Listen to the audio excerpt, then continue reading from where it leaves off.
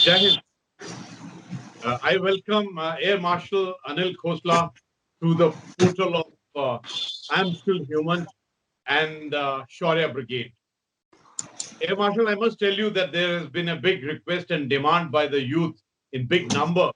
They want to know about PLA Air Force, they want to know about Pakistani Air Force, and comparatively, they want to know our own worth of Indian Air Force. They can't be a better person than you. Gentlemen, I must tell everyone that Air Marshal Anil Khosla, PBSM, AVSM, BSM, he's been our pride. He's been former Vice Chief of Air Staff, AOCNC, Eastern Air Command, Director General of Air Ops, equivalent to DGMO, and SASO in the Central Air Command, and he was a AOC JNK. In fact, he's held all challenging posts, and he's been the commander at Ambala and Jaisalmer air bases. I think what a beautiful appointment that he held for the nation. And I'm very proud of him, the way he's, and it has been such a fortunate thing for me that we have done National Defense College course together. I know him, and he's the best authority on the subject we are going to discuss. And General, I'm saying General, it comes out so natural. Air Marshal Anil Khosla, in fact, each one of us, we want to know that what is Chinese PLA Air Force, what is the status, what are the major aircraft, what are the weakness, what are the strategies, and analysis so that we know what is Chinese PLA Air Force. May I request you to please put us wise on this.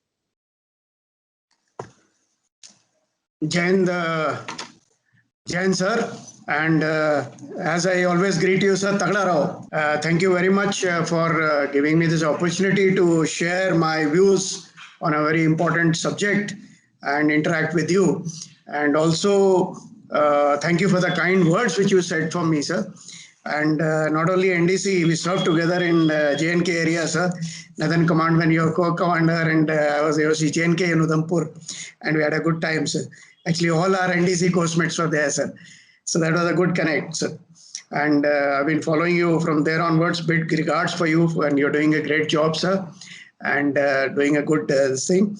The first question you asked me is about PLA Air Force. That means Chinese Air Force. तो जो Chinese Air Force है उसके बारे में थोड़ा background भी बता देता हूँ मैं, sir, and few statements which I make which are true. One is Chinese Defense Forces. They are owned by the party in China. It's like ruling party owning the defense services. They don't belong to the country, they belong to the parties, Politburo. Number one. Number two, sir, ये defense forces हैं, they were dominated by PLA army, and their origin and they were based on Russian model. तो इनका जो structure भी है वो भी Russian model पे है. Most of the equipment was on Russian model, and beginning में first few decades their orientation जो थी वो ज़्यादा towards professional नहीं थी. It was more towards the economic activities. They were involved in a lot of economic activities, hospitality, and a whole lot of other industries and a whole lot of other things. So orientation was not towards war fighting or what we call professionalism. So as China gained economic importance, uske saath saath obviously military power also increased. So then they started realizing that for military power to increase, you need to have a professional defense forces. And the turning point was the Gulf War. तो इन्होंने Gulf War के बाद बड़े scientific way में progress किया है. इन्होंने क्या किया, उसको अच्छी तरह पढ़ा, इन्होंने सारी जो world की militaries हैं उनको अच्छी तरह देखा, पढ़ा. Then they embarked on a modernization plan and they set a deadline. और इन्होंने modernization बड़े मतलब अच्छे तरीके से किया, प्लान तरीके से. इन्होंने नया इक्विपमेंट दिया तीनों सर्विसेज को, आर्मी, नेवी, एयरफोर्स को. इन्होंने नए नए डॉक्ट्रिन्स बनाए, उन्होंने गाइडलाइंस बनाई कि मतलब हमको ये चाहिए, ये capability, and by so and so date. इन्होंने का इक्विपमेंट तो दिया ही दिया, and also they spent a lot of money on it. इन्होंने अपनी जो डिफेंस इंडस्ट्री है उसको भी बढ़ाया. सो जो हम आत्मनिर्भरता की कोशिश कर रहे हैं आजकल, इन्होंने वो भी बढ़ाया. तो इनका ऑल राउंड डेवलपमेंट मॉडर्नाइजेशन रहा. फिर रिसेंटली इन्होंने रीऑर्गेनाइजेशन भी किया अपना स्ट्रक्चर. एंड एक और चीज इन्होंने की जो बड़ी स्टैंड आउट होती है कि इन्होंने रियलाइज किया जो एक्सपीडिशनरी कैपेबिलिटी है, अगर आप वर्ल्ड पावर बनना चाहते हैं, अब चाइना की एम्बिशन यही है कि वर्ल्ड पावर बने, दुनिया में नंबर 1 बने, अमेरिका को चैलेंज कर रहे हैं. तो इन्होंने रियलाइज किया कि अगर आपको वर्ल्ड पावर बनना है तो एक्सपीडिशनरी कैपेबिलिटी, दैट मीन्स आपको पावर प्रोजेक्शन जो है अवे फ्रॉम होमलैंड, वो बहुत जरूरी है. तो इन्होंने रियलाइज किया कि वो जो एक्सपीडिशनरी कैपेबिलिटी है वो आपको नेवी और एयरफोर्स से मिल सकती है. तो इन्होंने नेवी और एयरफोर्स को ज्यादा मॉडर्नाइज किया एंड इनको अलग स्ट्रक्चर बनाया, जो कि अर्लियर ये सबसेट थे आर्मी के, उनको अलग स्ट्रक्चर दिया, उनको अलग इक्विपमेंट दिया, अलग उनको responsibility the. So that is a background. अब उसके बाद जो इन्होंने एयरक्राफ्ट बनाने शुरू किए, जो फाइटर एयरक्राफ्ट हैं, वो अपनी इंडस्ट्री में बनाए. अब ये 4th, 4.5, 5th जनरेशन एयरक्राफ्ट पे वर्क कर रहे हैं. तो इनकी इंडस्ट्री बड़ी अच्छी है, सेल्फ मतलब आत्मनिर्भर हैं. जो इन्होंने टेक्नोलॉजी कैसे हासिल की वो अलग बात है, और रिवर्स इंजीनियरिंग और जो इंडस्ट्रियल एस्पिनाज वो सब अलग बात है, लेकिन देयर इंडस्ट्री इज प्रॉस्परिंग. अब इन्होंने एयरक्राफ्ट, फाइटर एयरक्राफ्ट भी अपने बनाए हैं जो मेनली रशियन डिजाइन लेके. ओनली उसमें जो वीक पॉइंट है वो इंजन का है. इंजन टेक्नोलॉजी बहुत डिफिकल्ट है. वर्ल्ड में जस्ट अबाउट आई थिंक 3 या 4 कंट्रीज के पास होगी. एंड चाइना के भी क्लेम तो कर रहे हैं, लेकिन पता नहीं है कि मतलब उनका जो इंजन जो डेवलप कर रहे हैं क्या कैपेबिलिटी है एक्चुअली. दूसरी जो इनकी वीकनेस जो है वो है इनकी जो मिलिट्री है वो बैटल हार्डन नहीं है. उन्होंने ज्यादा एक्शन नहीं देखा है. सिमिलरली एयरफोर्स में भी, तो वो ज्यादा एक्सपीरियंस में थोड़ा लैक करते हैं. जो उनके टैक्टिक्स हैं, ट्रेनिंग है, उसमें हम आगे हैं. एंड अभी जो इनकी वीकनेसेस हैं उसको भी बड़े साइंटिफिक वे में एक एक करके ये लोग उसको एड्रेस कर रहे हैं, and they trying to remove those weaknesses. अब आपने एक और मुद्दा इसमें छोड़ा सर कि इनकी जो स्ट्रैटेजी है वो कैसी है. तो इनकी स्ट्रैटेजी आप देखिए सर, एक चीज बहुत स्टैंड आउट करती है कि ये नो कॉन्टैक्ट वॉर उसमें बिलीव करते हैं. They don't want to have a contact war. The reason is obvious, अभी at the moment they are not battle harden. दूसरी एक और चीज है सर, इफ आप डेमोग्राफी देखिए, अब देखिए आप न्यूज में आया था कि they have allowed 3 children policy. तो इन्होंने जब पॉपुलेशन बढ़ रही थी तो 1 चाइल्ड पॉलिसी जब किया था, उसका जो लॉन्ग टर्म इफेक्ट अब हो रहा है. इनकी जो पॉपुलेशन है बड़ी एजेड है, तो जो डिफेंस फोर्सेस में जवान्स हैं उनके बैक घर पे 4 एजेड पीपल हैं, मतलब पेरेंट्स हैं, ग्रैंड पेरेंट्स हैं, उनको लुक आफ्टर करना. तो they can not afford body bags. तो आप देखिए ये लोग सरफेस टू सरफेस मिसाइल जो सेकंड आर्टिलरी है इनकी, उस पर ध्यान देते हैं, अनमैन्ड व्हीकल्स पे ध्यान देते हैं. अब गलवान में देखिए सर, आपने इन्होंने अपना एक्सेप्ट भी नहीं किया कि हमारे जो शहीद हुए हैं या सोल्जर डाई हुए हैं. तो नो कॉन्टैक्ट वॉरफेयर इनकी मेन फिलॉसफी है. दूसरा इनकी जो स्ट्रैटेजी है वो है ग्रे जोन ऑपरेशन की, मतलब कि बिना लड़ाई किए ही अगर ऑब्जेक्टिव अचीव कर लें तो बेटर है. तो ये जो इनके इसमें इन्होंने मास्टर किया हुआ है आर्ट, ग्रे जोन एक्टिविटी में, कि लड़ाई बिना लड़े ही ऑब्जेक्टिव को अपना अचीव करने की कोशिश करते हैं बाय डिफरेंट मेथड. वो जो ग्रे जोन है आप बेटर जानते हैं, और you can go on for hours on grey zone operations. So this in brief is the Chinese. आपने बहुत डिटेल से बताया है कि इनकी चेंजेस कैसे हुई. इनफैक्ट मेरे को 2000 से 2012 मौका मिला, मैं 7 बार चाइना गया था, और जो आप बोल रहे हैं बिल्कुल आपने एकदम पिन पॉइंट तरीके से बताया है कि कहाँ से ये इनकी ट्रांसफॉर्मेशन शुरू हुई, और कहाँ से जिस प्रकार ये कॉपी पेस्ट और मास रिवर्स इंजीनियरिंग और स्मार्ट प्रोडक्शन से कैसे आए हैं. देखिए, एक 15 जून 2020 को जो गलवान में हुआ, उससे तो पीएलए के बारे में बिल्कुल पता चल गया कि उनकी कम्बैट एक्सपीरियंस बिल्कुल नहीं है. उनकी प्रोफेशनलिज्म बहुत ही, मैं कहूंगा कि बहुत दो तरीके की. और आपने बहुत सुंदरता से ये कहा कि वो तो एक पॉलिटिकल पार्टी की फोर्स है, तो उनमें तो नेशनलिज्म वाली बात नहीं है जो हमारा है. मैं आपसे ये जानना चाहता हूं कि आप रिसर्च भी कर रहे हैं इस इश्यू के ऊपर में कि जो पीएलए के एयरक्राफ्ट, हेलीकॉप्टर्स, एयर डिफेंस और जो मिसाइल सिस्टम है, जो अगर हम कहें एयर स्पेस मैनेजमेंट के पॉइंट ऑफ व्यू से, वो किस प्रकार, उनकी क्या स्थिति है अभी, क्या स्टेटस है इस वक्त? हाँ, तो जो पीएलए का फाइटर जो जहाज है, मैंने जैसे कि बताया कि उनकी इंडस्ट्री काफी कैपेबिलिटी है इंडिजिनस प्रोड्यूस करने की।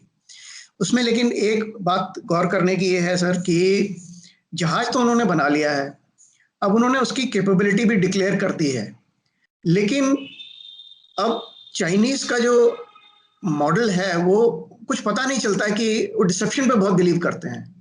उनका कुछ पता नहीं चलता, अगर आप वो फिगर आपको ए देंगे तो अगर फिगर बी है कि सी है वो कुछ पता नहीं चलता है।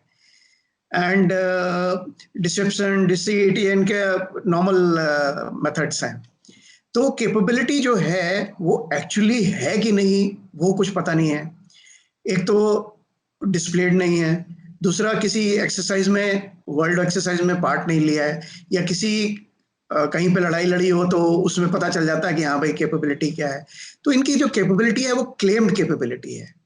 दूसरा कि आपने जैसे बताया कि जो टेक्नोलॉजी है वो बोरोड टेक्नोलॉजी है, उनकी अपनी डेवलप नहीं है, तो कुछ इधर से ले लिया कुछ उधर से ले लिया, तो जिसको मैं नाम देता हूँ खिचड़ी खिचड़ी जो टैक्टिक्स है, खिचड़ी टेक्नोलॉजी है।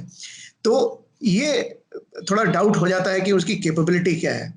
बट नंबर वाइज अगर आप देखें तो नंबर वाइज वो बहुत ज्यादा है उनके पास, फाइटर लड़ाकू जहाज है। अब दूसरी चीज आती है आपकी हेलीकॉप्टर्स। हेलीकॉप्टर्स भी नंबर वाइज इनके पास काफी हैं, काफी दिखते हैं। तीसरी चीज आती है कॉम्बैट सपोर्ट एयरक्राफ्ट्स, जिसमें आपके आते हैं एयर टू एयर रिफ्यूलर्स और अवैक्स, which are called eyes in the sky. हवा से वो पूरा एयर पिक्चर देखते हैं, god's eye view, which is very essential for today's warfare.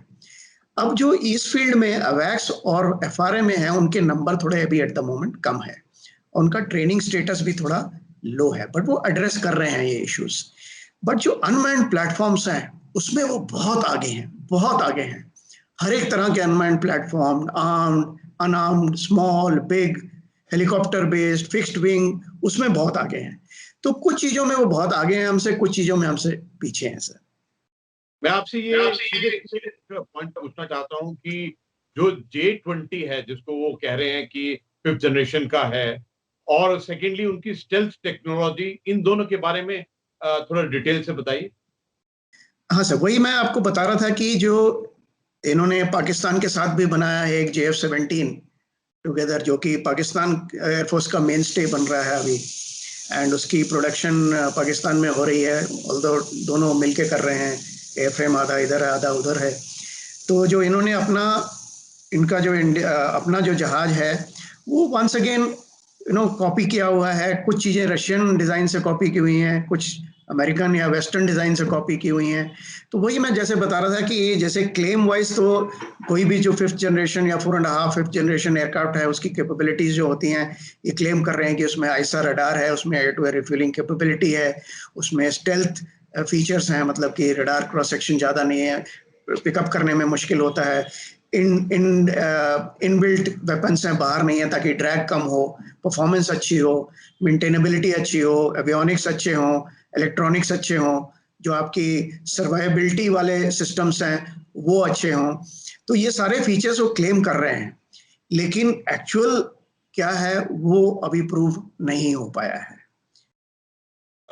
मैं आपसे एक सीधे सीधे बात पूछना चाहता हूं कि देखिए, जिस प्रकार राफेल आने के बाद में मीडिया ने और सबने बताया कि ये गेम चेंजर है। राफेल तो एक टेस्टेड एंड ट्राइड एयरक्राफ्ट है, और आपके शब्द में कहूं तो ये ओमनी रोल का एयरक्राफ्ट है और जिसकी काबिलियत बहुत ज्यादा है। क्या इसने आकर जो एयर पावर और उसका कंपैरिजन है, उसकी स्थिति पूरी तरह बदल दी है क्या?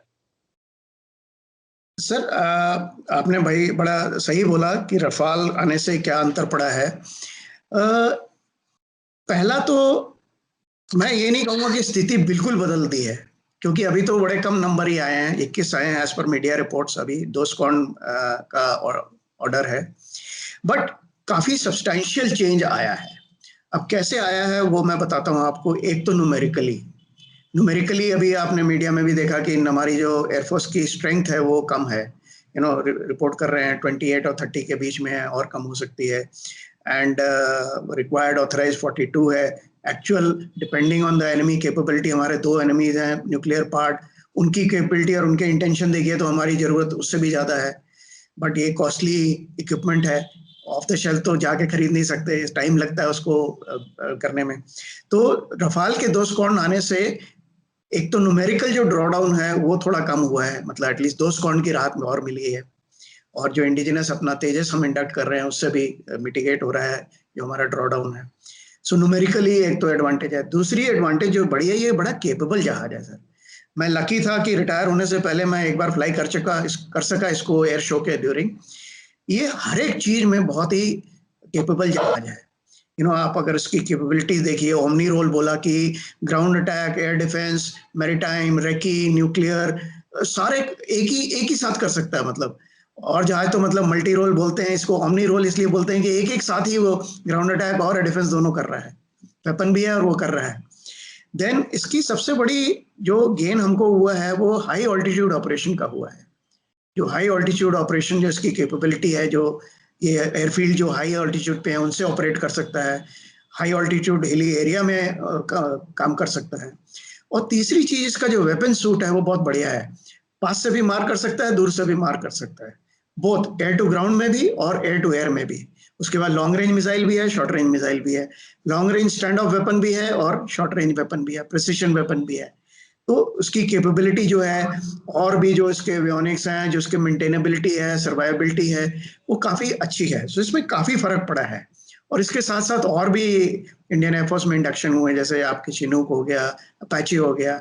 तो ओवरऑल कैपेबिलिटी जो है इंडियन एयरफोर्स की भी बढ़ रही है, और रफाल आने से न्यूमेरिकली और एज वेल एज क्वालिटेटिवली दोनों में फर्क पड़ा है। देखिए, हमारे जो सुनने वाले यूथ हैं उनके कुछ सवाल थे कि चिनूक और अपाचे के बारे में कुछ बताइए, और जो नेवी के लिए यूथ का हेलीकॉप्टर MH-60। और देखिए, जैसे राफेल के बारे में आपने बताया, ये जितने भी राफेल हमारे पास में आए ये कस्टमाइज किए गए हैं भारत की रिक्वायरमेंट के, और इसके अंदर भी इजराइल का स्पाइस 2000 आप मिला दीजिए। आपको याद होगा कि आपने तो कंट्रोल किया था उस वक्त में तो उस वक्त में स्पाइक 2000 ने अपना कमाल दिखाया था प्रिसीजन में और लेथैलिटी में। और अभी राफेल प्लस इजराइल की जो टेक्नोलॉजी है, इन दोनों को मिलाकर क्या एक अलग से इक्वेशन बना है? ये सब मैं आपका जो क्वेश्चन है थोड़ा डिफरेंट तरीके से आंसर करूंगा।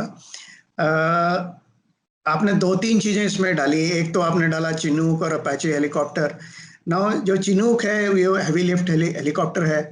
अब ये गलवान टाइम में भी आपने देखा होगा कि बड़े क्विकली हम लोगों ने इंडक्ट किए फोर्सेस, पूरा होल वर्ल्ड वाज वाचिंग, और उन्होंने अप्रिशिएट किया, और चाइना भी हिल गया था कि इतनी जल्दी हमने कैसे मोबिलाइज कर लिया है। चिनूक्स ने बड़ा अच्छा काम किया वहां पर हिली एरिया में स्पेशली, क्योंकि इसकी कैपेसिटी जो है ट्रूप्स ले जाने की, इक्विपमेंट ले जाने की, अंडरस्लैंग हैवी वेपन्स ले जाने की बहुत हाई है। अब अपैची देख लीजिए आप, अटैक हेलीकॉप्टर है, इसके काफी रोल्स हैं। एंटी टैंक तो है ही है, और इसके एस्कॉर्ट कर सकता है, रडार बस्टिंग कर सकता है। 7-8 रोल हैं उसके अटैक हेलीकॉप्टर के, बड़ा केपेबल है। अब ये रफाल, चिनूक, अपाची वगैरह तो ठीक है। अब इसके जो आपका सवाल था कि हाँ भाई इससे क्या फर्क पड़ा है, इससे हमारी जो कैपेबिलिटी जो है उसमें क्वालिटेटिवली बहुत फर्क पड़ा है। बट मेरा मानना ये है कि हमको बैलेंस चाहिए क्वालिटी और क्वांटिटी में। अब दूसरी चीज ये देखनी चाहिए कि हमको आत्मनिर्भरता बहुत जरूरी है सर, क्योंकि जब हम बाहर से लेते हैं, एक तो हमको हाई कॉस्ट देनी पड़ती है, दूसरी हम डिपेंडेंट हैं दूसरे बाहर वालों पे, तीसरी चीज जब एक्चुअल लड़ाई लड़ रही है अगर उनका मन बदल जाए तो they can stop the spares, हम तो मतलब फिर टैप बंद हो सकता है। अगर हमारी अपनी ओन इंडस्ट्री है तो हमारा अपने कंट्रोल में है। चौथी चीज बड़ी इंपॉर्टेंट जो आपने भी मेंशन की कि इजरायली टेक्नोलॉजी इसके साथ, चौथी एडवांटेज अपने जहाज और अपना इक्विपमेंट बनाने की है कि सोर्स कोड हमारे पास है, सारी ड्राइंग्स हमारे पास है, हम जो चाहें इंटीग्रेट कर सकते हैं। अगर हम बाहर से लेते हैं तो हमको इंटीग्रेशन करने में बड़ी मुश्किल होती है। मतलब एक तो वो अलाउ नहीं करता, जो ओरिजिनल मैन्युफैक्चरर क्यों अलाउ करेगा, वो बोलेगा आप वेपन भी मेरे से लीजिए। अगर हमारा अपना जहाज बनाया हुआ है तो हम इंटीग्रेशन कर सकते हैं, तो ये बड़ा फायदा है। तो हम जिसकी जिससे भी अच्छी चीज ली है उसको हमारे प्लेटफॉर्म पे इंटीग्रेट कर सकते हैं। That is what plan is कि तेजस में हम वही करेंगे। अच्छा, ये तो हो गया आपको सर, आपने जो मुद्दा डाला था।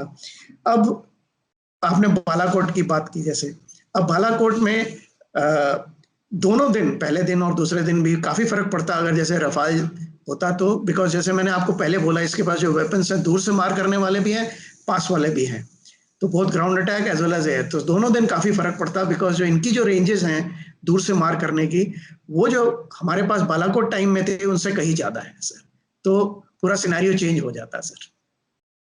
इनफैक्ट आपने बहुत सुंदरता से कहा कि क्वालिटी और क्वांटिटी की बात की, और आपने जिस प्रकार हम देखते हैं, कभी हम 42 की बात करते हैं, 32 की बात करते हैं, और आपने इंडिजिनस की जो बात की, तेजस ने जो एडिशनली हमको एक ऑप्शन दी है, ये बहुत सुंदर चीजेस हैं। देखिए, मैं आपसे एक जो एक सवाल पूछा है हमारे श्रोताओं ने, उन्होंने कहा है कि अभी रफेल आया है, हमारे पास चिनूक अपाचे है, अगर हम बाकी फाइटर एयरक्राफ्ट को देखें तो हमारा एरे बहुत तगड़ा है, इन द सेंस कि SU-30, MiG-29 और जैगुआर्स हैं। और सबसे बड़ी बात तो मैं कहूंगा कि जो हमारी क्वालिटी ऑफ पायलट्स है वो बिल्कुल गजब है, क्योंकि जितनी भी हमने जॉइंट एक्सरसाइजेस की हैं, हाल ही में हमने आपको याद है कि यूएसएस का जो एयरक्राफ्ट कैरियर है उसके रोनाल्ड रीगन के साथ भी की है, पहले भी हमने उनके बाकी जो एयरक्राफ्ट कैरियर उनके साथ भी की है, और हर एक के बाद भी एक पक्का कॉमन पॉइंट आया है कि इवन अमेरिकन ने और फ्रांस वालों ने हमारे पायलट्स को बहुत अप्रिशिएट किया है, और हमारा जो कॉम्बैट एक्सपीरियंस है, हमारी जो ट्रेनिंग है और पायलट की काबिलियत है, ये तो एक बहुत ही बड़ा मैं कहूंगा एक डिफरिंग पॉइंट है चाइनीज के साथ में। How do you look at this point? हाँ सर, तो आपने जैसे बताया कि सर हमारी जो ट्रेनिंग स्टेटस है प्लस हमारे जो टैक्टिक्स डेवलपमेंट है, जो टैक्टिक्स हम फॉलो करते हैं, टैक्टिक्स, स्ट्रैटेजी, डॉक्ट्रिन, जो भी बोलिए आप, वो थोड़ा एडवांस्ड है इन द सेंस कि मैं आपको, जैसे आपने बोला कि हमारे पास एरे ऑफ वेपन्स हैं एंड एरे डिफरेंट, हमारी जो इन्वेंट्री है बड़ी वाइड है, मतलब कि रशियन एयरक्राफ्ट भी हैं, वेस्टर्न एयरक्राफ्ट भी हैं, डिफरेंट टाइप्स ऑफ एयरक्राफ्ट हैं, फाइटर्स, हेलीकॉप्टर्स, वेपन्स भी डिफरेंट डिफरेंट कंट्रीज के हैं। तो इसमें प्रॉब्लम भी है क्योंकि जो लॉजिस्टिक सपोर्ट है वो डिफिकल्ट हो जाती है, उनको मेंटेन करना बड़ा मुश्किल होता है, लेकिन उसकी एडवांटेज भी है सर। उसकी एडवांटेज ये है कि एक तो अगर आपका एक टैप बंद भी हो जाता है, अगर एक आपको सप्लाई करना बंद भी कर देता है, एटलीस्ट दूसरे सोर्स तो अवेलेबल है। लेकिन उससे बड़ी एक और फायदा, जैसे आपका जो डायरेक्ट क्वेश्चन है उससे रिलेटेड है, कि जब हम जहाज और ये वेपन सिस्टम्स और ये जो सिस्टम जब खरीदते हैं बाहर से, तो उनकी जो वॉर फाइटिंग फिलॉसफी है उनके साथ में आती है। तो हमारे पास वर्ल्ड की जो डिफरेंट वॉर फाइटिंग फिलॉसफीज हैं जितने एयरफोर्सेस की, वो है हमारे पास नॉलेज, प्लस हम एक्सरसाइजेस करते हैं डिफरेंट कंट्रीज के साथ, बहुत सारी कंट्रीज के साथ एक्सरसाइजेस करते हैं, कुछ हमसे एडवांस्ड हैं, कुछ एट पार हैं, कुछ दिस थिंग, हम सबसे सीखते हैं। अब तीसरी बड़ी अच्छी बात जो हमारे पास है, एक तो हमारे पास नॉलेज है बिकॉज ये सिस्टम हमने डिफरेंट डिफरेंट कंट्रीज से लिए हैं, दूसरा हम एक्सरसाइज करते हैं। तो हम जब ये नॉलेज गेन करके हम उसको टेलर करते हैं अपने रिक्वायरमेंट के अकॉर्डिंग। हमारे पास एक tactics and combat development establishment है, टैक्डी, जो कि उसका काम ही यही है, टैक्टिक्स बनाना एरियल वॉरफेयर की। तो हम ये सारी नॉलेज जो गेन करते हैं, हम जो एक्वायर करते हैं, उसको हम ऐसे ही नहीं ब्लाइंडली फॉलो कर लेते, उसको हम यूज करते हैं after tailoring it to our environment, कि हमारी एनवायरनमेंट क्या है, हमारे दुश्मन के पास क्या है, हमारे पास क्या है, इसमें क्या बेटर सोल्यूशन है, उसको हम बनाते हैं। उसके बाद हमारी ट्रेनिंग बड़ी एक्सटेंसिव है, जो हमारे पायलट्स हैं, जो हमारे क्रू हैं, ऑपरेटर, सिस्टम्स ऑपरेटर्स हैं, इवन ग्राउंड क्रू है, उनकी जो ट्रेनिंग है वो काफी रिगरस है। सो इसी इसी रीजन से, ये 4-5 रीजन है, इसीलिए हमारा जो क्वालिटी ऑफ मैन पावर है वो अच्छी है सर। मैं आपसे पूछना चाहता हूँ पाकिस्तान एयरफोर्स के बारे में। पाकिस्तान की एयरफोर्स का तो हमने देख ही लिया कि 26 फरवरी को जब बालाकोट एयर स्ट्राइक किया तो क्या काबिलियत है, किस तरह से वो अलर्ट रहते हैं, ये पूरी दुनिया के सामने में आ गया। उसके बाद में 27 फरवरी को भी उनका जो काबिलियत है वो सबके सामने में आ गई। और ये पूरे विश्व ने देखा है और पूरे भारतीयों ने देखा है इसका। मैं आपसे पूछना चाहता हूं कि पाकिस्तान का एयरफोर्स का स्टेटस आपकी नजर में क्या है? दूसरी बात कि उनका एयर डिफेंस कैपेबिलिटी क्या है? और तीसरा पॉइंट है कि चाइना के साथ जो उसकी कोलिसिवनेस है, जो टू फ्रंट एक चैलेंज है, उसके बारे में आपका क्या विश्लेषण है? सर, आपने एक ही क्वेश्चन में 3 मुद्दे डाल दिए और इस टॉपिक पे तो मतलब 1 घंटा भी बात कर सकते हैं, बट मैं बीच में बताना चाहूँगा। पाकिस्तान बड़ा अजीब-ओ-गरीब मुल्क है। इतनी प्रॉब्लम्स हैं उसमें, लेकिन पैसे खर्च करता है वो अपनी मिलिट्री पे, पैसे खर्च करता है वो अपना दखल देने में दूसरी कंट्रीज़ के, है कि अपना जो घर की प्रॉब्लम्स है वो सॉल्व करने की बजाय वो मतलब इंडिया में दखल दे रहा है, अफगानिस्तान में दखल दे रहा है। अच्छा, बिफोर मैं आपका आंसर दूं उससे पहले एक और मैं बैकग्राउंड बताना चाहूँगा। जो पाकिस्तान की इकोनॉमी है वो मैं जो उसको बोलता हूँ क्रेडिट कार्ड इकोनॉमी बोलता हूँ सर। उसके पास क्रेडिट कार्ड्स हैं काफ़ी सारे, तो एक क्रेडिट कार्ड का जो चुकाना होता है वो दूसरे से पैसा लेके इधर चुकाता है। तो उसके पास एक क्रेडिट कार्ड हो गया आपका अमेरिकन, अच्छा एक क्रेडिट कार्ड हो गया आपका चाइनीज, एक हो गया सऊदी, एक हो गया आपका इस्लामिक, वो सेल्फ प्रोक्लेम्ड फ्लैग बेरर है इस्लाम का। एक अफगानिस्तान को भी क्रेडिट कार्ड की तरह यूज करता है कि मैं फ्रंट लाइन स्टेट हूँ अफगानिस्तान में स्टेबलाइज होने के लिए, तो मेरे को इक्विपमेंट चाहिए। और ये क्रेडिट कार्ड से पैसे ही नहीं लेता, क्रेडिट कार्ड से इक्विपमेंट भी लेता है। अब मैंने ये क्यों बोला है, इसलिए बोला है कि अब आप उसकी स्ट्रक्चर है जो डिफेंस फोर्सेस का वो देखिए सर, वो मिक्स्ड है अमेरिकन इक्विपमेंट और चाइनीज इक्विपमेंट विद थोड़ा बहुत उसमें रशियन एंड फ्रांस का इक्विपमेंट भी है, लेकिन मेजॉरिटी जो है वो अमेरिकन है और चाइनीज है। अब जो अमेरिकन क्रेडिट कार्ड है, अगर आप हिस्ट्री देखिए पिछले 60-70 साल की, 3-4 बार अमेरिकन ने उस पर पाबंदी लगा दी, नलका बंद कर दिया, तो इक्विपमेंट आया नहीं आया, आया नहीं आया। पहले अच्छे जहाज दिए, F-16 भी दिया, फिर बंद कर दिया, सैंक्शन लगा दिए। चाइनीज क्रेडिट कार्ड ऐसा है कि पिछले 60 साल से वो कंटिन्यूसली खुला हुआ है क्रेडिट कार्ड और अच्छा क्रेडिट मिल रहा है। नाउ अभी जो उसका जो स्ट्रक्चर है, अब आप देखिए तो मेजॉरिटी चाइनीज इक्विपमेंट है। आप जहाज ले लीजिए, आप टैंक्स ले लीजिए सर, आपको टैंक पता होगा T-53, 59, 60, 63, जितने सारे टैंक्स हैं सारे। आज इतना ही नहीं, चाइनीज की हेल्प से इनकी जो इंडस्ट्री है उसको भी बढ़ावा मिला है। अब जैसे मैंने पहले बताया था, JF-17 जो है वो पाकिस्तान एयरफोर्स का मेन स्टे जहाज बनेगा, बट इट इज चाइनीज के साथ से बना है, डिजाइन रशियन भी है उसमें।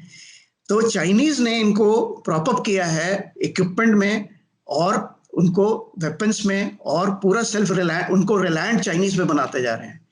2 मुद्दे और मैं उसमें बताना चाहूंगा सर, कि इस गेम में जो पाकिस्तान की सॉवरेनिटी है वो लूज होती जा रही है, वो एक पपेट स्टेट बनते जा रहा है चाइना का। तो चाइना जैसे भी उसको मोल्ड करना चाहेगा, जो भी कराना चाहेगा, वो उसको पकड़ में ला रहा है बिकॉज ऑफ दिस इकोनॉमी। तीसरी चीज कोलिसिविटी की ये है कि ये दोनों एक्सरसाइजेस भी करते हैं, specially air exercises. Shaheen series है सर, वो 8 है 9 इन्होंने की हुई, 8 की हुई है मेरे ख्याल। उसमें क्या है, इनकी इंटरऑपरेबिलिटी बढ़ती जा रही है। एक तो चाइनीज इक्विपमेंट है, ऊपर से एक्सरसाइजेस कर रहे हैं। जो पुराने जमाने में एक्सरसाइज करते थे वो बड़ी मतलब काफी कोई ज्यादा उसमें मीनिंग नहीं था, लेकिन जो अब धीरे धीरे जो है ये काफी सीरियस होती जा रही है। तो इनकी कोलिसिविटी जो है बढ़ती जा रही है। अब जैसे आपने सुना होगा, sweeter than honey, deeper than sea, blood brothers and steel, stronger than steel. मेरे हिसाब से ये मैरिज ऑफ कन्वीनियंस है, दोनों को फायदा हो रहा है एक दूसरे से। तो दोनों नाउ में CPSE, BRI कमिंग, चाइना और भी ज्यादा उसको इकोनॉमिक वो इन्वेस्टमेंट है। तो जियोपॉलिटिक्स में मैं नहीं जाऊंगा, but it's a marriage of convenience.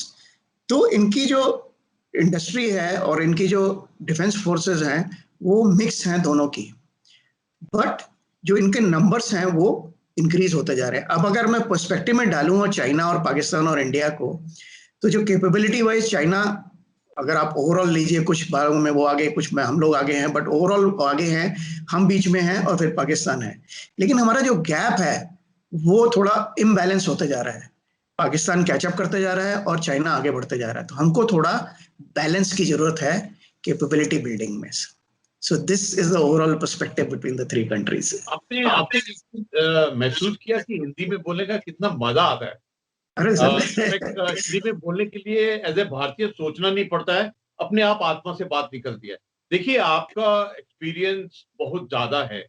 आपने डोकलम जो स्टैंड ऑफ हुआ था 73 डेज का, उसमें ऑफ प्रिपेयर्डनेस, एयर रेडीनेस के बारे में आप तो खुद इंचार्ज थे, और उसके बाद में बालाकोट एयर स्ट्राइक किया है। वो एक अलग ही तरह का एक्सपीरियंस था, क्योंकि पहली बार मैं कहूंगा कि आजादी के बाद में ऐसा मौका था कि पीस टाइम के अंदर में ना एलओसी पर बॉर्डर क्रॉस करके एक टेररिस्ट कैंप को टारगेट किया गया।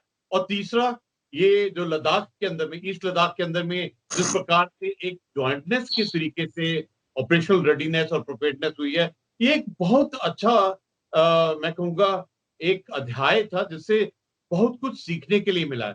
मैं चाहूंगा कि क्योंकि आपने बालाकोट और डोकलाम को तो पर्सनली हैंडल किया था, तो आपने क्या सबक सीखे इंडियन एयरफोर्स के लिए उसमें? आपने सर अंग्रेजी और हिंदी की बात की, अगर पंजाबी में बात करें तो और भी मजा आएगा। Anyway, that was a lighter way, sir. Coming to the serious question which you asked, Doklam, फिर बालाकोट, उसके बाद गलवान। तो उससे पहले भी मैं डीजी एयर ऑप्स था, तब भी मतलब एक्टिविटी में इन्वॉल्व था। तो या यू आर राइट कि एक चीज देखने वाली है कि लॉट ऑफ डिबेट अभी भी चल रही है ये थिएटराइजेशन पे, हमारी जॉइंटनेस पे, कि हम लोग जॉइंट नहीं है, ये नहीं है, वो नहीं है। हम लोग अपने आप को क्रिटिसाइज बहुत करते हैं। अब आप देखिए, जब भी नीड आती है, आप देखिए जितनी भी लड़ाइयाँ लड़ी है हमने 62 को छोड़ के, 62 का रीजन आपको पता है, जितनी भी लड़ाइयाँ लड़ी हैं उसमें we have been victorious and हमने गुड जॉइंटमैनशिप का डिस्प्ले किया है। अब आप 71 को देखिए, उसमें देखिए कितना अच्छा हमने डिस्प्ले किया था। कारगिल में देखिए कितना अच्छा तरह से दोबारा किया था। अब ये जो रिसेंट इवेंट्स हुए हैं, इसमें बहुत अच्छी तरह से उभर के आया है कि जो हम सर्विसेज हैं, एंड नॉट ओनली सर्विसेज, मैं बोलूंगा, I will broaden it a bit more, मैं बोलूंगा होल ऑफ गवर्नमेंट अप्रोच। इसमें other agencies are involve, CRPF is involve, paramilitary is involve, उसमें आपकी सिविल एविएशन इज इन्वॉल्व, आपकी other ministries are involve, economic, diplomatic, the time paradigm which they say, and it's a whole of government approach. तो बड़ा अच्छा वो तालमेल दिखाई दे रहा है। अब आप स्पेसिफिकली गलवान पे आ जाइए सर। तो गलवान में आप देखिए कि सबने अप्रिशिएट किया है कि कंबाइंड हम लोगों ने कैसे फोर्सेस मूव किए हैं इतने फास्ट, और कितना रैपिड हमने एक्शन लिया है। तो वो बहुत देखने वाली चीज है कि दोनों सर्विसेज ने मिलकर, आर्मी और एयरफोर्स ने जो मूवमेंट की है, आपने हैवी लिफ्ट एयरक्राफ्ट यूज किए हैं, hub and spoke method use किया है, आपने हैवी लिफ्ट एयरक्राफ्ट से थिएटर में या एरिया में ट्रूप्स एंड इक्विपमेंट डाले, फिर वहां से हेलीकॉप्टर्स के साथ स्पोक मेथड से उसको और फॉरवर्ड एरियाज में भेजा। आपने जो ऑलरेडी एक्लेमेटाइज ट्रूप्स थे उनको एक एरिया से दूसरे एरिया में जल्दी से लेके गए, हैवी इक्विपमेंट लेके गए इतना सारा। तो ये देखने वाली बात थी। That is one very good thing. उसके बाद सर, जैसे ये सिचुएशंस आती हैं, इसमें एयरफोर्स का रोल काफी होता है लेकिन दिखाई नहीं देता। अब मैंने एक आर्टिकल भी लिखा था कि use of air power in no war no peace situation, और एक आर्टिकल मैंने अभी लिखा है air power in grey zone situation. अब दोनों आर्टिकल आप पढ़िए तो उसमें आपको पता चलेगा कि बैकग्राउंड में एयरफोर्स का काफी काम चलता रहता है, लेकिन दिखाई नहीं देता। वो दिखाई सिर्फ वही देता है जो ऑफेंसिव यूज करते हैं हम लोग, एंड ऑफेंसिव यूज हमेशा होता नहीं है, जैसे कि बालाकोट में किया था, जैसे आपने मेंशन किया। अब जब गलवान की बात की आपने इसमें, तो पहला तो चीज था मोबिलाइजेशन, रैपिड मोबिलाइजेशन। उसके बाद आता है आपका सस्टेनेंस। ऐसा तो नहीं है कि आपने मोबिलाइज कर दिया उसके बाद छोड़ दिया, उसको सस्टेन भी करना पड़ता है। अब राशन हो गया, वेपन्स हो गए, एमुनिशन हो गया, वो भी तो सप्लाई करना होता है, तो सस्टेनेंस में उसका काम आता है। देन आता है आपका काम सिचुएशनल अवेयरनेस बढ़ाने में। अब जितने भी रेकी असर्ट हैं जो हवा से जो दिखाई देता है, जिसको गॉड्स आई भी बोलते हैं, अब वो तो कहीं मिल नहीं सकता, इसीलिए ईओवी हो गए, आपके स्ट्रेटेजिक टैक्टिकल रेकी एयरक्राफ्ट हो गए, सैटेलाइट रिकॉग्निशंस हो गया। तो सिचुएशनल अवेयरनेस में एयरफोर्स का काफी बड़ा हाल है। तीसरी चीज है पोस्चरिंग्स, उसमें बहुत इंपॉर्टेंट। अब आप देखिए इसमें गलवान में सारे टाइप के फाइटर्स, जैसे आपने मेंशन किए, Su-30 हो गए, MiG-29 हो गए, सारे वहां पर ऑपरेट किए, हेलीकॉप्टर सारे ऑपरेट किए, तेजस भी वहां गया। और तो और जो आपका राफेल इंडक्ट हो रहा था, इतनी जल्दी हमने ऑपरेशनलाइज करके वो सेक्टर में भी उड़ा वो। तो व्हाट इज पोस्चरिंग कि हाँ भाई ये हम इधर हैं, so that is posturing and showing it to the enemy कि हाँ भाई इधर हमारा है और हम इस्तेमाल करेंगे अगर जरूरत पड़ी तो। जिसको स्ट्रेटेजिक क्वेश्चन बोलते हैं, पोस्चरिंग बोलते हैं, muscle flexing, aerial muscle flexing बोलते हैं, वो हो गया। अब उसके बाद अगर लड़ाई लड़े तो ऑब्वियसली जो ऑफेंसिव एयर पावर है वो यूज होगा, प्लस कैजुअलिटी इवैक्यूएशन की अगर जरूरत पड़े तो उसमें काम आता है। There are whole lot of facets और भी हैं एयरफोर्स के जो कि दिखाई नहीं देते, लेकिन बैकग्राउंड में वो चलते रहते हैं। एयर मार्शल अनिल खोसला, आपने यूएन के अंदर में एयरफोर्स का लुत्फ उठाया है, 4000 आवर्स फ्लाइंग की है। आपने पैशन से काम किया है, कमिटमेंट से काम किया है, फुल डेडिकेशन से काम किया है। आपको भारत के राष्ट्रपति ने 3 बार पुरस्कार दिए हैं, पीवीएसएम, एबीएसएम, वीएसएम, और आपने जो अपॉइंटमेंट होल्ड की हैं वो विरले विरले को ही मिलती है। मैं चाहता हूं कि आप भारत के यूथ को एक ऐसा मैसेज दीजिए कि जो लुत्फ आपने उठाया है वो कैसे उठा सकते हैं, उस लुत्फ को, उस पैशन को, उस मैं कहूंगा कि एक अलग ही जो जीने का ढंग एनडीए से लेकर जो आपने रिटायरमेंट तक जो एक लुत्फ उठाया है उसके बारे में बताइए। हाँ सर, आपने ठीक कहा कि लुत्फ तो मैंने बहुत उठाया है, मैं एंजॉय किया। मैंने जो 40 इयर्स जो एयरफोर्स में थे, और उससे पहले भी मैं, my father was also in the air force, air force तो मैंने मेरे ब्लड में है पूरा। 60 इयर्स टिल रिटायरमेंट मैंने एयरफोर्स देखा। I enjoyed my service career, I really enjoyed, I enjoyed my flying, I enjoyed my working. अभी भी मेरे को दुख होता है कि मैं रिटायर होके, मतलब अभी भी मैं लिखता रहता हूँ एयरफोर्स के बारे में, उसको फॉलो करता रहता हूँ ताकि हमारा जो रिश्ता है वो बना रहे, क्योंकि बहुत मुश्किल है उसको, एयरफोर्स को अपने अंदर से निकालना। पूरी जिंदगी अगर आप एयरफोर्स के साथ रहे हैं तो मैंने रियली एंजॉय किया है। एक्चुअली कल ही मैं एक इंटरव्यू कर रहा था सर, यूथ के साथ। ये बच्चों का प्रोग्राम था स्पॉन्सर्ड बाय यूएन, और उसमें बड़े इंसाइसिव क्वेश्चन उन्होंने पूछे। तो उसमें मैंने उनको बताया फाइटर फ्लाइंग के बारे में कि बड़ी ग्लैमरस लगती है, जैसे अगर आप पिक्चरों में देखें, जैसे टॉप गन मूवी हो गई, तो इतना ग्लैमर है नहीं उसमें। Lot of hard work is there, उसमें काफी काम करना पड़ता है, पढ़ाई करनी पड़ती है, उसमें रिस्क इन्वॉल्व है, लेकिन इतना भी रिस्की नहीं जितना दिल्ली की रोड्स हैं। और उसमें जो है काफी मेहनत करनी पड़ती है। लेकिन ये जो जॉब है, और या जो भी इसको जॉब की तरह से नहीं देख सकते, इसको एक पैशन है। ओके, किसी ने पूछा कि ये फाइटर पायलट क्या है, तो मैंने उसको बताया कि fighter pilot is passion and foolhardiness in equal proportion. Foolhardiness in the sense of boldness, not rashness. अच्छा, तो इसमें अगर आप फायदे देखिए, अगर आप ज्वाइन करते हैं, मैं एयरफोर्स की बात ही नहीं करता। एयरफोर्स का तो मतलब ग्लैमर है कि बिकॉज ऑफ फ्लाइंग। अब एयरफोर्स में और भी बहुत सारी ब्रांचेस हैं जो कि बहुत अच्छा काम करती हैं। अब ऑल 3 सर्विसेज मैं कहूँगा, डिफेंस सर्विसेज, आर्मी हो गई, नेवी हो गई, बड़ी यूनिक अपॉर्चुनिटीज देती हैं यूथ को। तो एक तो आपकी जॉब सिक्योरिटी हो गई सर, आपने डिफेंस ज्वाइन कर लिया, आपको जॉब सिक्योरिटी हो गई, आपको इधर उधर भागने की जरूरत नहीं है, आपकी देखभाल रिस्पॉन्सिबिलिटी हो गई सर्विस की। देन आपको सेटिस्फेक्शन बहुत मिलता है। वो आजकल कहते हैं कि एयरफोर्स, एक सेइंग है कि बाकी जो जॉब्स हैं उसमें आपको टारगेट मीट करने पड़ते हैं, आपको एयरफोर्स ऐसी सर्विस है जिसमें आपको टारगेट डिस्ट्रॉय करने पड़ते हैं। देन आपको मौका मिलता है नेशन को सर्व करने का। देन जो आप ट्रेनिंग जो आप गो थ्रू करते हैं, जो आपको ट्रेनिंग मिलती है, वो आपको पोस्ट रिटायरमेंट, अगर आप सर्विस छोड़ भी देते हैं या शॉर्ट सर्विस हैं, तो आपको दूसरी जॉब्स में बहुत हेल्प करती है। बाहर की जो इंडस्ट्री है वो प्रेफर करते हैं कि आप हमको डिफेंस वाले लोग मिल जाएं, बिकॉज बहुत डिसिप्लिन होते हैं वो, और बहुत हार्ड वर्किंग होते हैं। अच्छा, आपको प्रेस्टीज आपकी बढ़ जाती है। अब आप जो छुट्टी जाते हैं घर पे, एंड आपके विलेज में सब आपको लुक आफ्टर करते हैं कि हाँ भाई जर्नैल साहब आ गए। क्यों सर? वो अलग बात है कि कप्तान साहब की ज्यादा वैल्यू होती है जर्नैल साहब से बट प्रेस्टीज जो है वो बढ़ जाती है। देन आपका जो ऑल राउंड डेवलपमेंट है वो होता है सर्विसेज में।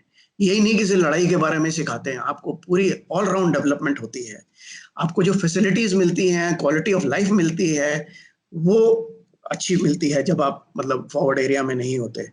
अच्छा, तीसरी चीज, एक और चीज जो है, आपको पूरे भारत का दर्शन मिल हो जाता है। आपको फ्री में टूरिज्म हो जाता है, आप हर एक जगह जाते हैं भारत में, और कई बार अब्रॉड भी, जैसे आपने भी अब्रॉड टेन्योर किए हुए हैं सर। तो मैं कहूँगा कि जो डिफेंस सर्विसेज हैं उसमें ज्वाइन करने में बहुत सारी एडवांटेजेस हैं। टफ लाइफ भी है, ऐसा नहीं कि नहीं। सो उसको जो ज्वाइन करते हैं, हमारा जो माइंड है वो बिल्कुल क्लियर होना चाहिए, कि वो पैशन होनी चाहिए कि हाँ भाई मैं इसमें काम करूंगा।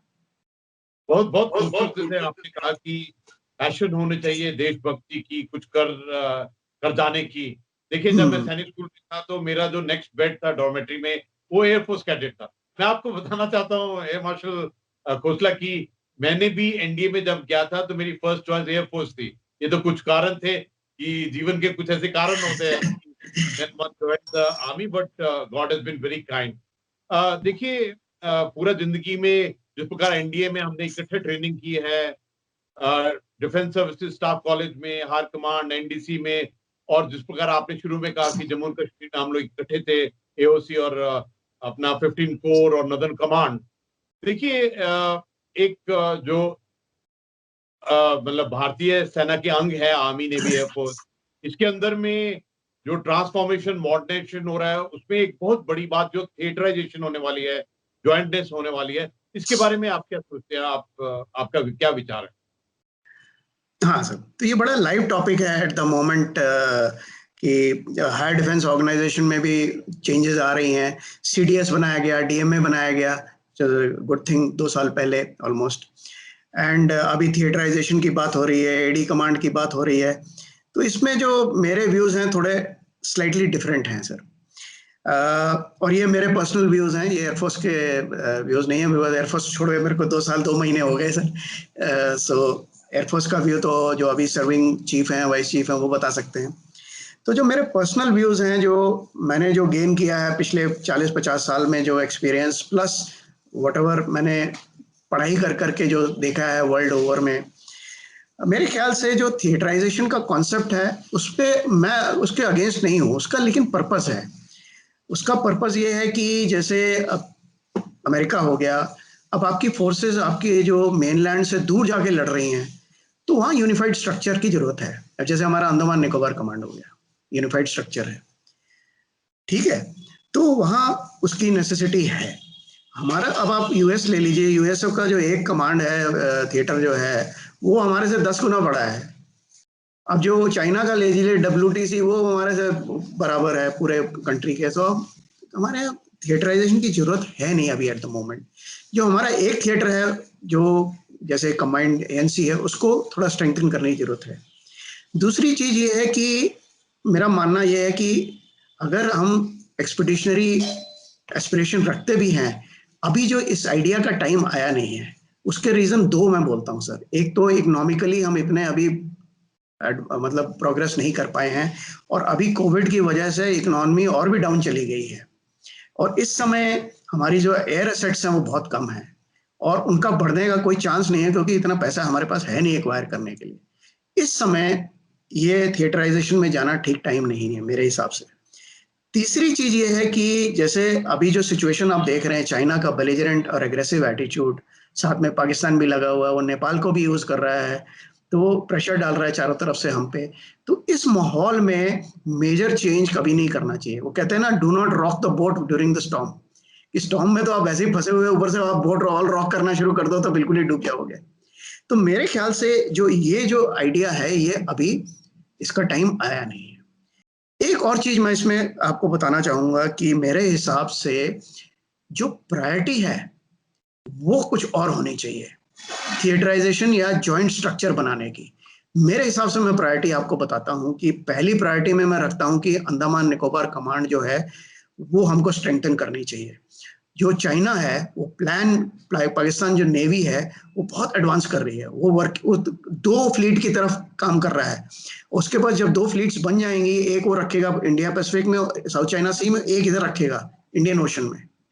और जो अंडमान निकोबार कमांड है वो गॉड गिफ्टेड आइलैंड्स हैं, जो बिल्कुल उनके एंट्री पॉइंट के पास हैं सी के। सो उसको हमको स्ट्रेंथन करना चाहिए, साथ में इक्विवेलेंट स्ट्रक्चर बनाना चाहिए दूसरी तरफ वेस्टर्न साइड में। ये तो प्रायोरिटी 1 हो गई सर।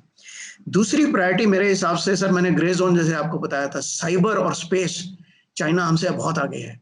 हमको चाइना साइबर और स्पेस का कमांड, जॉइंट कमांड होनी चाहिए थी। अभी हमने सर जॉइंट स्ट्रक्चर बनाया है, उसको कमांड तक बनाना चाहिए था स्पेशल फोर्सेस का। ये हो गया। तीसरा, हमको जॉइंट स्ट्रक्चर चाहिए अभी at the moment, again looking at the new concept of warfare, grey zone warfare, जिसमें कि टेक्नोलॉजी इंडक्शन देखी जाए। हाइपरसोनिक्स हो गया आपके, आर्टिफिशियल इंटेलिजेंस हो गया, अनमैन्ड हो गए, नैनो टेक्नोलॉजी हो गई, इनको हम वॉरफेयर में कैसे यूज करेंगे। चाइना बहुत पैसा इन्वेस्ट कर रहा है इसमें, यूएसए से आगे निकल गया है किसी चीजों में। हमको एक जॉइंट स्ट्रक्चर चाहिए जिसमें, हमारे यहाँ क्या है, पहले सिविल में आता है फिर मिलिट्री में आता है। हमको एक जॉइंट स्ट्रक्चर चाहिए जिसमें बिगिनिंग से मिलिट्री में उसमें यूज किया जाए, नेटवर्किंग देखी जाए, इलेक्ट्रॉनिक वॉरफेयर देखी जाए, इंफॉर्मेशन वॉरफेयर देखी जाए। ये सब को देखने के लिए एक जॉइंट स्ट्रक्चर चाहिए, नंबर 3। नंबर 4 हमको आता है जॉइंट स्ट्रक्चर देखने के लिए, ट्रेनिंग, लॉजिस्टिक्स, मेंटेनेंस, रिपेयर। ठीक है सर। उसके बाद आता है थिएटराइजेशन कमांड। एक और मैं लास्ट व्यू आपको अपनी देना चाहूंगा, जैसे ये एडी कमांड की बात हो रही है, मेरे ख्याल से ये बिल्कुल इसका जरूरी नहीं है, ये गलत मेरे ख्याल डिसीजन हो रहा है, दिस इज माय बिलीफ। क्योंकि एडी कमांड जो है, इस AD is one of the functions of the air force, वो एम्बेडेड है। अब जहाज को नहीं पता कि वो एयर डिफेंस मिशन पे जा रहा है या ग्राउंड अटैक मिशन पे जा रहा है, वो तो वही कर रहा है। अब आपके पास जहाज भी कम है, और ये जो एडी है, it has to be embedded in the entire gambit. It is one of the roles of the air force, one of the campaigns of the air force. उसको आप सेपरेट नहीं कर सकते। अब जैसे मैं कहूं कि नेवी के पास anti submarine warfare is one of the roles, so एक एंटी सबमरीन वॉरफेयर कमांड होनी चाहिए। अब या आर्मी को अगर मैं बोलूं कि manoeuvre warfare is one of the roles, so manoeuvre warfare command होनी चाहिए, तो कोई सेंस नहीं बनता है। तो मेरे ख्याल Air Marshal Khosla, I respect your thoughts, I respect your perspectives, but I don't fully agree with you. I'm of this view that once the nation has taken the decision, which was long pending on the CDS, और उसके बाद में जो अभी मुद्दा बनाया है theatrisation, ongoing challenge है, लेकिन एक बात पक्की है कि जॉइंटनेस, इंटीग्रेशन, वननेस, इसका कोई ऑल्टरनेटिव नहीं है। But will stop it here on this point. और मैं सबको बताना चाहता हूँ कि beauty about Anil Khosla is that he is a master in Sudoku, और 10 बार नेशनल लेवल के ऊपर में he's been the winner, and 2 times puzzle solving के ऊपर में नेशनल लेवल में विनर है। I've seen him on Sudoku, and deepest respect for him, and I would like to very honestly appreciate जिस प्रकार आपने बहुत ही सुंदरता, बहुत ही साधारण तरीके से और पिन पॉइंटेड तरीके से आपने बात समझाई है। मुझे पूरा विश्वास है जिस प्रकार से आपने अपनी पूरे पॉइंट्स को बताया, जो हमारे यूथ इसको सुनेंगे। एक तो सबसे अच्छी बात मेरे को लगी कि आपने जो लुत्फ और पैशन, कमिटमेंट और डेडिकेशन के साथ में जीवन जिया एज अ एयरफोर्स के ऐसे पायलट जो 4000 आवर्स, कोई छोटा मोटा अकाउंट नहीं है, और जिस प्रकार से आपने ऐसी अपॉइंटमेंट, जिस प्रकार vice chief of air staff, AOC in C eastern command, DG air ops, और सैसो और एओसी का, और जिस प्रकार आपने आर्मी बेस अंबाला और जैसलमेर, और अंबाला और जैसलमेर जैसे सुनते हैं तो पता लग जाता है कि जब तक आप में वो अलग चीज नहीं है, you can never be the base commander there. I think it was a pleasure talking to you. I'm definite about this thing that listening to you, the youth in the nation, they definitely will be inspired and motivated. Because अगर जिंदगी का लुत्फ उठाना है, passion के साथ जीना है, देशभक्ति करनी है, राष्ट्र के लिए कुछ करना है, और अगर मन में वो है कीड़ा कि nation first, I think today's session was great and I loved it. And इसके ये कारण है कि हम दोनों ने जीवन में सेम रास्ता अपनाया है, एनडीए से और एनडीसी और जीवन के बाकी रास्ते इकट्ठे रहे हैं। इनफैक्ट इसी से पता चलता है कि आर्मी, एयरफोर्स किस प्रकार से इकट्ठा अपने देश की सेवा करती हैं। And thank you so much, and so nice of you to have taken out time. and I'm definite about it that our viewers are going to really love it. And on behalf of founder of I Am Still Human and Shaurya Brigade, मेरा आपसे जय हिंद और बहुत बहुत शुक्रिया। Thank you sir, आपने मेरे को ये अपॉर्चुनिटी दी और मैं भी आज बहुत एंजॉय किया आपसे बात करके, and it's always pleasure talking to you, and I am sure if viewers get benefited out of this it will be good. And सिर्फ एक करेक्शन करना चाहूँगा सर, सुडोकू में मैं विनर नहीं रहा हूँ, 10 बार नेशनल्स गया हूँ, बट मेरी रेटिंग जो है 20 से ऊपर ही रही है। दैट मीन्स 20 और 30 के बीच में। मेरा एक ही ड्रीम है कि 20 से कम एक बार आ जाए, क्योंकि age is not in my favour. I am the oldest solver at the moment in the first 50s, so it's a quite difficult task, but puzzle solving does improve lot of things. It has got lot of benefits. मैंने अपने blog में भी इसके benefits लिखे हैं। अगर youth they should pick up this hobby. It is a very good hobby. It helps a lot in lot of things. तो अगर आप मेरा blog पढ़ें तो उसमें इसके benefits देंगे। Thank you very much sir for this opportunity, and तगड़ा रहो sir। तगड़ा रहो। Thank you.